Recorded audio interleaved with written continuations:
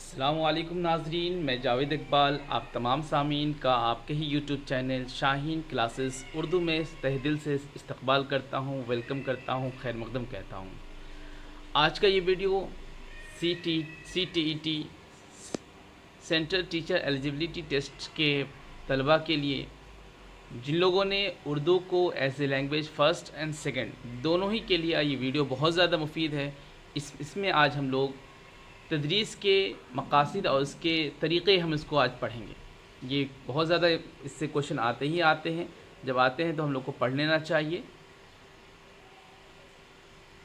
تدریس اردو اور پڑھنے کی مہارت، یہ ہمارا آج کا ٹاپک رہے گا۔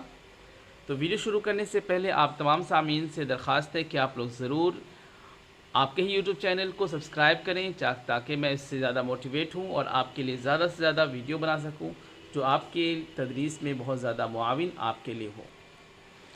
آج کا ویڈیو تدریس اردو اور پڑھنے لکھنے کی مہارت سے تعلق رکھتا ہے۔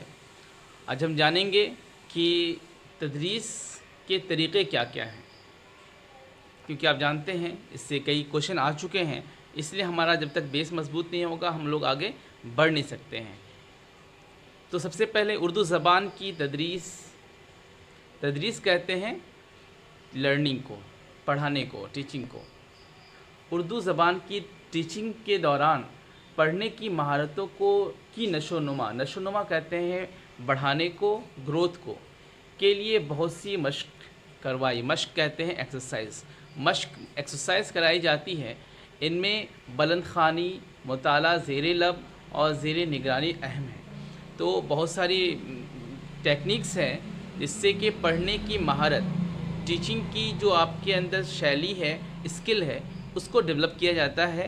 ان میں سے سب سے ضروری ہے بلند خوانی، اکثر و بیشتر اس سے کوشچن بھی آتا ہے آپ کا، اور مطالعہ زیر لب۔ یہ سب چیزیں ہیں، ہم آپ کو ایک ایک کر کے ہر چیز کے بارے میں آپ کو بتاتے چلیں گے۔ سب سے پہلے آتا ہے بلند خوانی۔ بلند کے معنی ہوتا ہے اونچا، اور خوانی معنی ہوتا ہے پڑھنا، زور سے پڑھنا کے معنی ہے اس کے۔ تو کیا ہے اس میں؟ کسی تحریر کہتے ہیں لکھاوٹ کو، کسی لکھاوٹ کو صحیح تلفظ کہتے ہیں پروناؤنسیشن کے ساتھ، کسی تحریر کو صحیح تلفظ، مناسب لب و لہجہ، رفتار اور رموز و اوقاف کے خیال رکھتے ہوئے، رموز و اوقاف کہتے ہیں ٹھہرنے کو، جیسے کوما ہوتا ہے اور فل سٹاپ ہوتا ہے، اس طرح کی چیزوں کو خیال رکھ کر کے ایکسکلیمیٹری سمبلز کہیں ہوتے ہیں، کہیں کوشچن سمبلز ہوتے ہیں، ہر ایک سمبلز کا آپ کو خیال رکھتے ہوئے بلند آواز سے پڑھنا بلند خوانی کہلاتا ہے۔ بس سمجھ میں آئی آپ کو کہ مناسب لب و لہجہ، آپ کے پڑھنے کا جو انداز ہے وہ مناسب ہونا چاہیے۔ ایسا نہ ہو کہ آپ زور سے پڑھیں اور پڑھتے ہی چلے جائیں، مناسب ہونا چاہیے، یعنی ٹھہر کر ہر ایک لفظ کو اس کی مخارج کے ساتھ فلی طور پہ ادا کرنے کو کہتے ہیں لب و لہجہ۔ لب و لہجہ، رفتار، آپ کی بولنے کی جو رفتار ہے وہ بھی ضروری ہے، اسپیڈ کی جسے کہتے ہیں، رموز و اوقاف ٹھہرنے کا بہت زیادہ ضروری ہے خیال رکھنا۔ بلند خوانی سے طلباء کا تلفظ بہتر ہوتا ہے۔ بلند خوانی یعنی زور سے پڑھنے سے کیا ہوتا ہے؟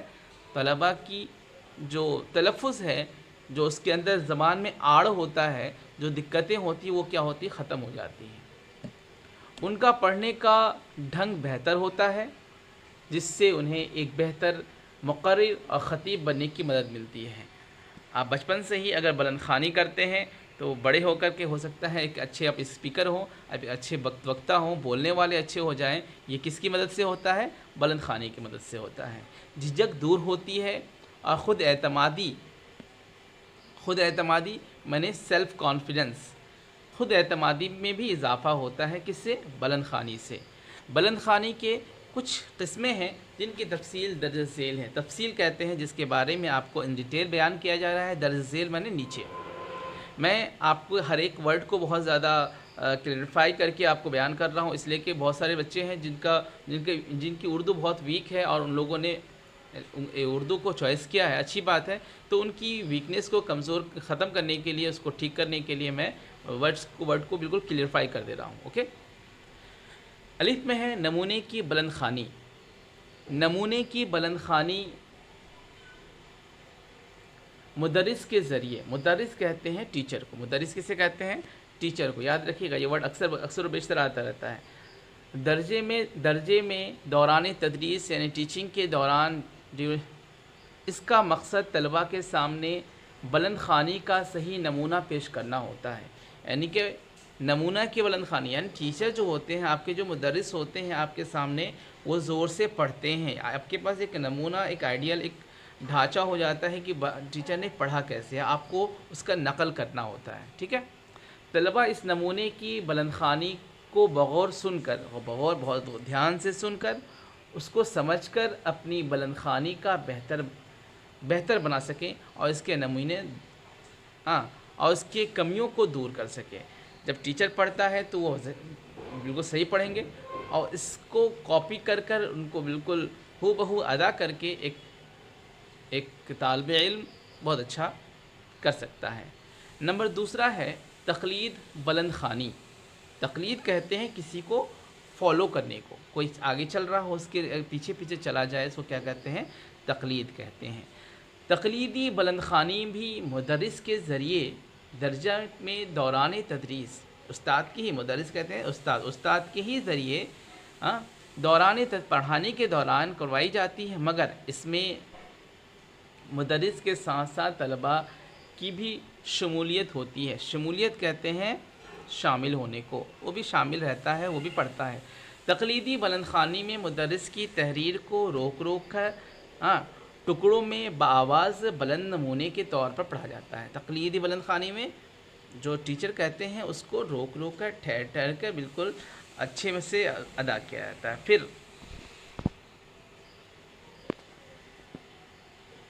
پھر درجے کے طلباء اس کی تقلید کرتے ہیں، اسی کے مطابق مناسب لب و لہجہ میں بولنے کا انداز اور تلفظ کے ساتھ بلند آواز سے پڑھتے ہیں.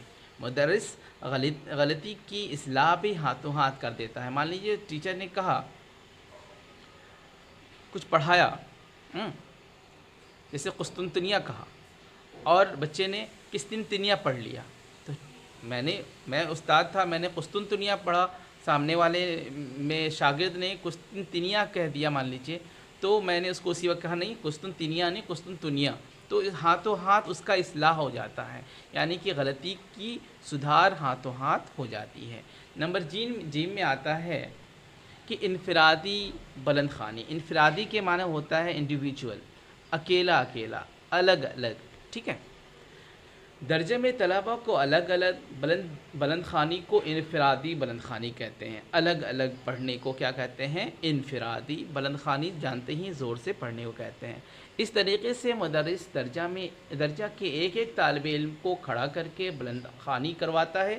ہر ایک بچے کو کھڑا کر اس کو پڑھنے کو کہتا ہے، تاکہ اس کی محاسن و معائب سامنے آ سکے اور اس کی اصلاح کر سکے.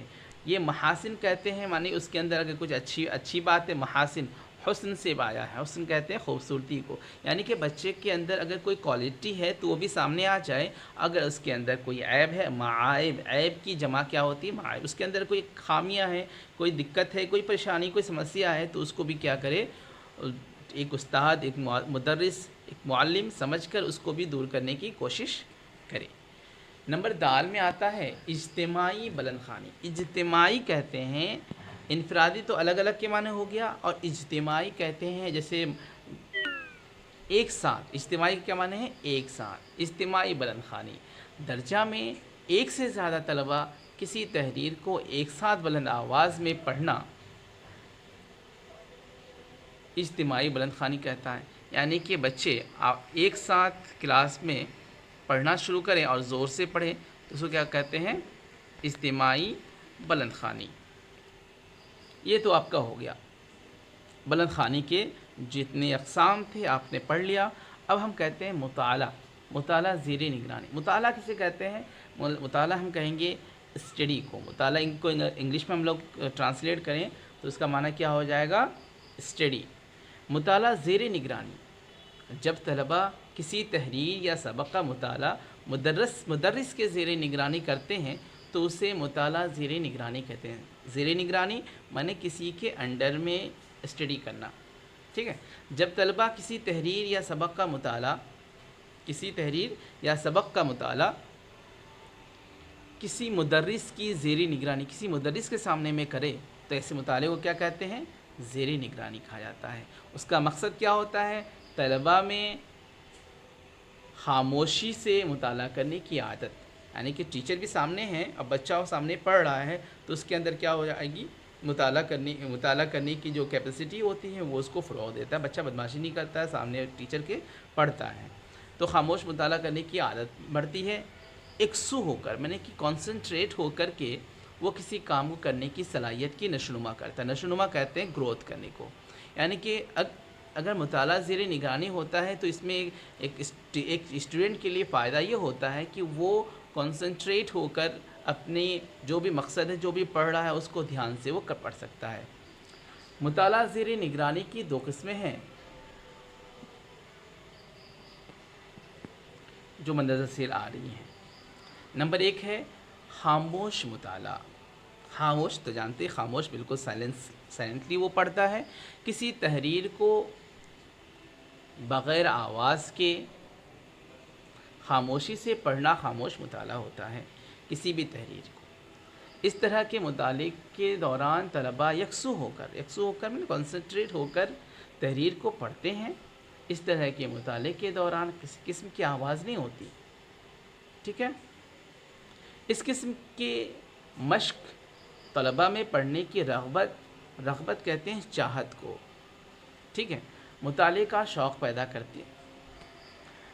کرتی ہے، ساتھ ہی کسی کام کو منہمک ہو کر کرنے کی صلاحیت پیدا۔ منہمک کہتے ہیں بالکل کنسنٹریٹ اور بالکل کھو جانے کو، منہمک کہتے ہیں کہ دنیا آس پاس کی چیزوں سے کھو کر کے وہ یکسو ہو کر کے وہ کسی کام کو کرے، ٹھیک ہے۔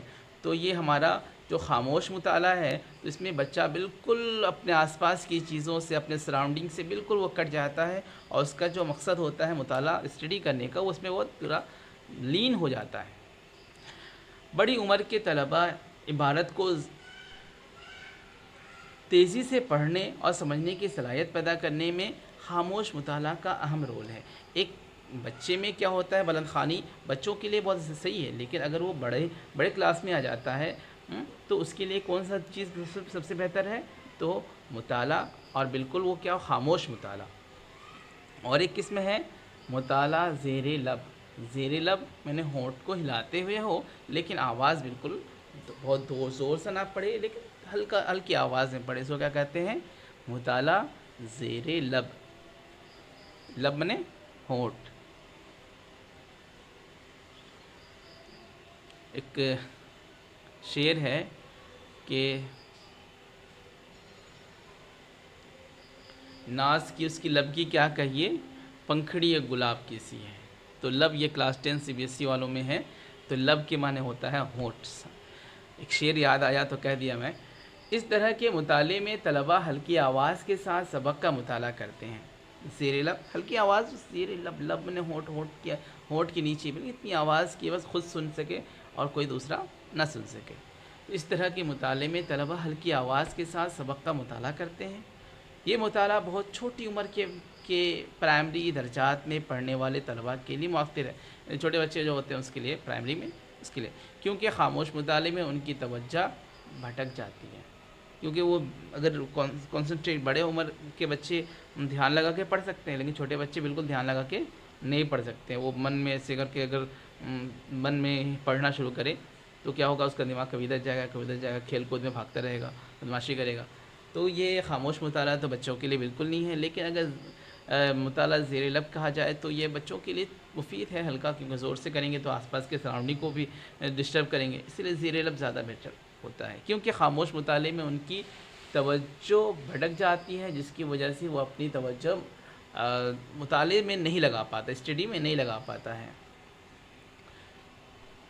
اس سبق کے ذریعے استاد طلباء میں پڑھنے کی عادت کی نشوونما کرتے ہیں گروتھ کو، ٹھیک ہے۔ اس مطالعے کے دوران طالب علم کی آواز اتنی ہی بلند ہو کہ اس کے ساتھ ہی طالب علم کے مطالعے میں خلل انداز نہ ہو، یعنی کہ ایسا یہ جو اس کا طریقہ یہ ایسا ہو کہ پاس میں جو بچہ پڑھ رہا ہے اس کو ڈسٹرب نہ ہو. اب میں زیر لب ہے کہ اب زیر لب کہہ کے بس چلا رہا ہوں تو وہ بھی نہیں ہونا چاہیے، ہے نا.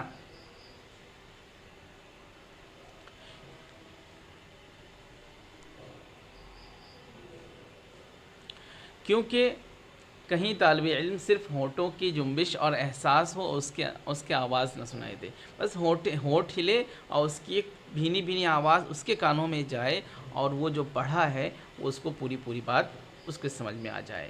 یہ تو ہمارا ہوا پڑھنے کی مہارت سے. اب لکھنے کی مہارت ہم پھر کبھی انشاءاللہ آپ کے سامنے لائیں گے. آج کے لیے صرف اتنا ہی.